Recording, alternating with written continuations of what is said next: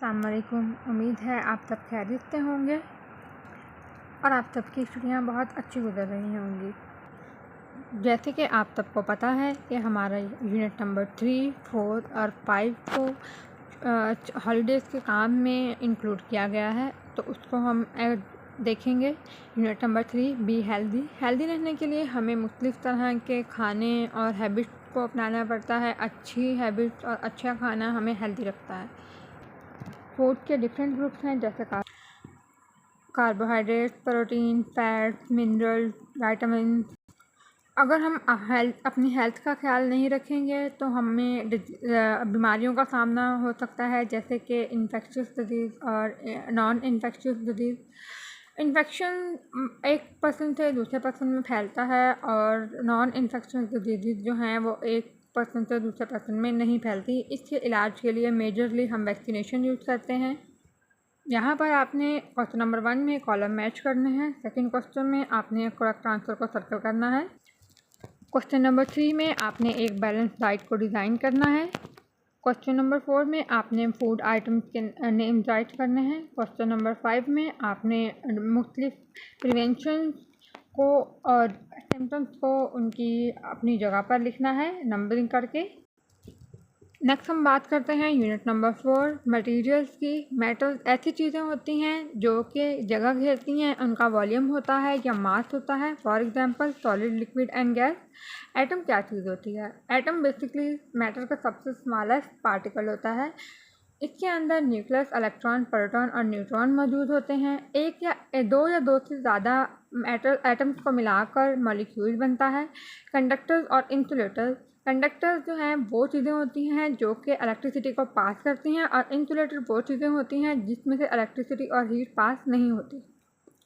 Metal वो चीज़ें होती हैं जो कि हीट और इलेक्ट्रिसिटी को बहुत अच्छी तरीके से अपने अंदर से पास करवाती हैं। इसके अंदर फ्री इलेक्ट्रॉन या मोबाइल इलेक्ट्रॉन मौजूद होते हैं जिनके ज़रिए से हीट और इलेक्ट्रिसिटी पास होती है। नॉन मेटल्स के अंदर इलेक्ट्रिसिटी और हीट पास नहीं हो सकती। क्वेश्चन नंबर 1 में हमने आइडेंटिफाई करना है कौन सी स्टेट मैटर की कौन से वाली पिक्चर में है। इसके बाद क्वेश्चन नंबर 2 में हमने करेक्ट आंसर को सर्कल करना है। देन हमने आइडेंटिफाई करना है कंडक्टर्स और इंसुलेटर्स को। क्वेश्चन नंबर 4 में हमने एटम्स के पार्ट को इंडिकेट करना है। Then fill in the blank fill करनी है। क्वेश्चन नंबर 5 में हम कंडक्टर्स और इंसुलेटर्स को उनके अपने अपने कॉलम्स में लिखेंगे। क्वेश्चन नंबर 6 में हम डिफरेंसेस लिखेंगे कंडक्टर और इंसुलेटर्स के दरमियान और इनकी एग्जाम्पल लिखेंगे। Unit number 5, how do we get energy. हम एनर्जी कैसे हासिल करते हैं? बेसिकली हम पहले ये देखते हैं कि हमें हर चीज़ के लिए एनर्जी की ज़रूरत होती है।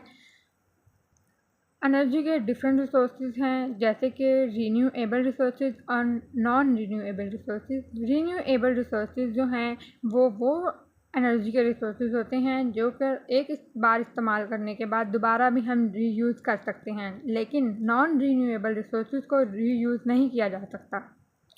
एनर्जी डिफरेंट टाइप की होती है, जैसे कि सोलर एनर्जी, विंड, वाटर, कोयल, ऑयल, नेचुरल गैसेस। ये सारी एनर्जी के रिसोर्सेज हैं। इसके अलावा एनर्जी जो है वो एक जगह से दूसरी जगह ट्रांसफ़र भी हो जाती है। एनर्जी दो तरह की हो सकती है, काइनेटिक एनर्जी और पोटेंशियल एनर्जी। यहाँ हमें पता चल रहा है कि एनर्जी के डिफरेंट टाइप्स हैं, thermal energy, light energy, sound energy, chemical energy, तो ऑन। तमाम तर एनर्जी की फॉर्म्स को क्लियर करने के बाद क्वेश्चन नंबर 1 को जब हम सॉल्व करेंगे तो उसमें हमें बताना होगा कि एनर्जी किस डिवाइस में या किस चीज़ में किस तरह से उसमें इस्तेमाल हो रही होती है और क्या एनर्जी वो हमें दे रही होती है। जैसे टॉर्च है तो उसके अंदर केमिकल एनर्जी हम प्रोवाइड करते हैं और हमें लाइट एनर्जी मिलती है। देन हमने फिल इन द ब्लैंक्स को फिल करना है। क्वेश्चन नंबर 2B में हम लोग लो और हाई पिच वाली साउंड की पिक्चर्स को ड्रॉ करेंगे। क्वेश्चन नंबर 3 में हम लोगों ने कॉलम्स को मैच करना है। क्वेश्चन नंबर 4 में हम लोग देखेंगे कि डेली एनर्जी रिसोर्सेज कौन कौन से हैं और वो कहाँ पर इस्तेमाल होते हैं। नेक्स्ट एक पज़ल गेम है जिसमें आपको नाम नीचे लिखे नज़र आएंगे। आपने इसके अंदर से वो नाम और स्पेलिंग ढूंढने हैं। क्वेश्चन नंबर 6 में आपको डिफरेंट क्वेश्चन दिए गए हैं और उसके नीचे आंसर्स भी लिखे गए हैं। ये सारे आंसर्स आपको की में प्रोवाइड कर दिए जाएंगे। उम्मीद है आपको समझ आ गई होगी। जो पॉइंट आपको क्लियर ना हो वो आप दोबारा भी कांटेक्ट करके पूछ सकते हैं। जज़ाकल्लाह, अल्लाह हाफ़िज़।